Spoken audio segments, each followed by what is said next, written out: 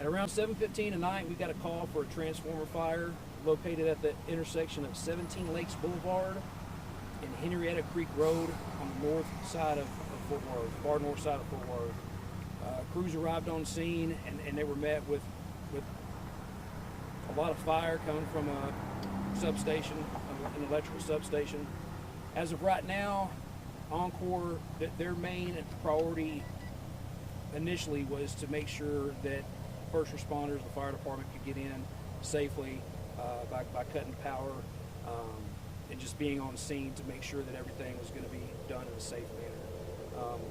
From a tactics standpoint, currently, we're kind of in a holding position to try to figure out what's going to be the best result of this incident. The question is, are we going to allow it to continue to burn, or we're going to try to put water on this fire and try to suppress the fire and extinguish it? So from a tactical standpoint, we're still trying to figure that part out. There were about 20 homes from 2 different streets that we did go and just let them be aware. It wasn't a mandatory evacuation, but we did let them know that there was an incident going on in this location for them to keep up with it. And if they wanted to leave, they, by all means, to leave, but it wasn't something that we were trying to force on the people.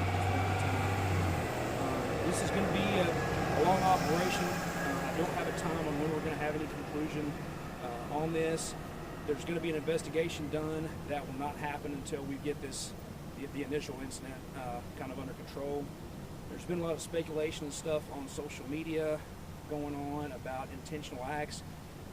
Everything that we've seen up until this point leads us to believe there's no indication whatsoever of any kind of intent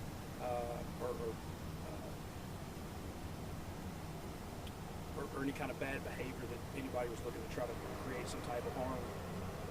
As of right now, the residential homes around this area have all been back restored with power. I'll take questions at this point. Do you anticipate there will be some impact over the coming days, depending on how this is? We're really kind of too close to this to kind of say what's going to look like right now. The way that things sit as they are, it doesn't seem to be that we're not worried about. Our first priority is trying to make sure after we get the fire and that kind of stuff under control, with the storms and stuff coming in, the impact to the residential neighborhoods surrounding.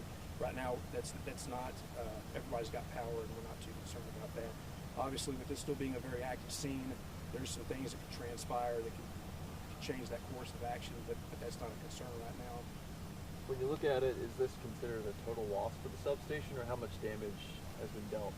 I'd say there's been heavy damage to this substation, but again, it's kind of too early on to say what that's going to look like.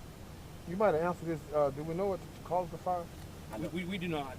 Like I said, this is still a very active scene, and the investigation really hasn't even started yet to try to figure out a cause. We're still trying to just determine that we've got the scene under control and that we're keeping everything safe and trying to keep the power on to everybody in the surrounding area. Do you have a hope for when it could burn out by, if that's the course we have to go? It's going to be a long process if we go that route. I can't give you an exact time on that, but we're talking hours and hours. We'll probably be out here all night if it was to go that route. Craig, from a firefighter standpoint, it looks like you guys just letting this thing burn. Does it have oil in there, as we know some of the upper transformers do? I mean, is that what all the thick black smoke is? I mean, correct. How hard is it to fight a fire like this, given the nature of the elements that are inside of it, different things like that? Sure, and that's a good question. So there is a lot of oil involved. I'm being told probably about close to roughly 30,000 gallons. We don't know how much of that is burned off with it being on fire for the last couple of hours.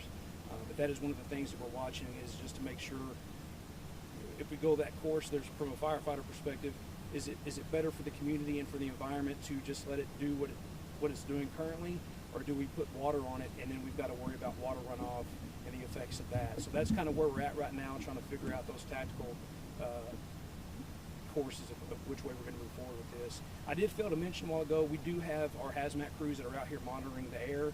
They have picked up nothing whatsoever for us to be concerned about as far as the cleanliness of the air or any kind of bad effects from that right now. Craig, you said earlier, I heard you say you had a few residents that this transmitter affected their power.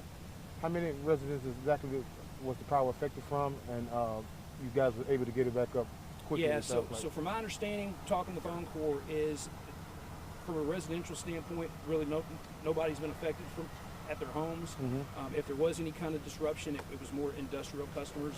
There's a lot of industrial buildings and stuff in close proximity, and so if there was any kind of issues, it was going to be more leaning towards the industrial side of things and not so much the residential.